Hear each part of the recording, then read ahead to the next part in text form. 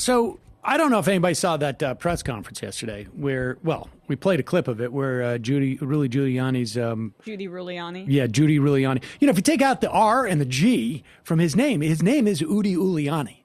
Right. So we should just I don't know why that sticks with me. But so Giuliani was trying to make the case that Donald Trump actually won the election, that there's all sorts of fraud and of course, and I mean, just the claims are pretty stunning. One of Giuliani's lawyers on his team is Sidney Powell. She phoned into Fox Business to talk to Lou Dobbs. Like a total girl boss that she is. Yes, and feminist queen. Just coincidentally, this is the amazing thing about the fraud, is that all the ballots that were for Joe Biden that may have also voted for Republican lawmakers down ballot, those only the Joe Biden votes are the fraudulent votes. The rest of the votes are not. And then weirdly, all the fraud just took place in the swing states. That's also very weird, even though we didn't know which states would be the swing states this year, right? And so here is, she's calling in to Lou Dobbs. Joining us now by phone is Sidney Powell. She's a member, obviously, of the president's legal team, also General Michael Flynn's defense attorney, a great American, one of the country's leading appellate attorneys. Sidney, first of all, thanks. I know you are going every which direction right now, busy as you could possibly be. Let's start out right now with the president's path to victory here as you and the legal team see it. If you could give us just that canvas very quickly. Well, yes, Lou. The entire election, frankly, in all the swing states should be overturned, and the legislatures should make sure that the electors are selected for Trump, and it's going to have to follow the constitutional provisions that it be decided according to the amendment. It's just let's turn it to Smartmatic and oh my God, there you go. That's her case. Yeah. All of the swing states, you overturn it and you give it to Trump. Not like, oh, we should go and determine a revote or figure out what the outcome actually was. No, just give them to Trump. What is your evidence, counsel? Well, my evidence is that Constitution, swing states should be electors. For Trump. There it is. I rest my case. Lou Dobbs. Even Lou Dobbs. Even when Lou Dobbs is like speechless, like, wait a second, don't you want to build up to that at all? Do you want to provide you want to backfill any of that? Or it's just like, are there any particular swing states, or are we just going to do all of them? How are we defining swing states? Why not? Shouldn't we just make this easier and say Donald Trump, it's not just swing states, it's every state. Every state in the union should go to Donald Trump. Every state.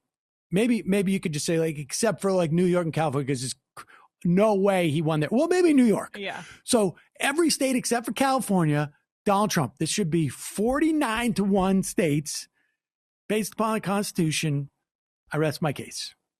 Yeah, Lou Dobbs was just traumatized from seeing Rudy Giuliani's hair dye melt down his face like that. He thought it could happen to him, too. Exactly. You know? He's one of those ancient men who, for some reason, feels the need to dye their hair a bizarre color. A little bit darker every year, it seems like, with Lou Dobbs. But that is the case, ladies and gentlemen.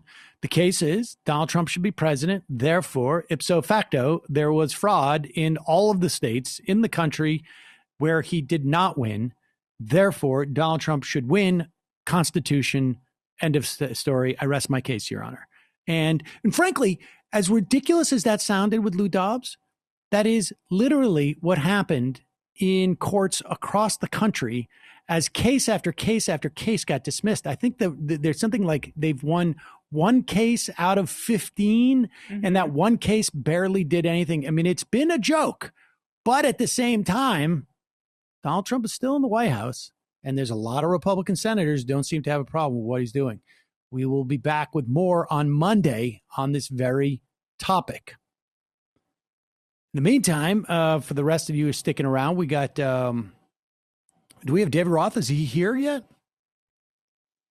I want to play, I want to go through this with Roth. We can do one more clip. Are we doing if you want. We know him? Okay, well, let's do this.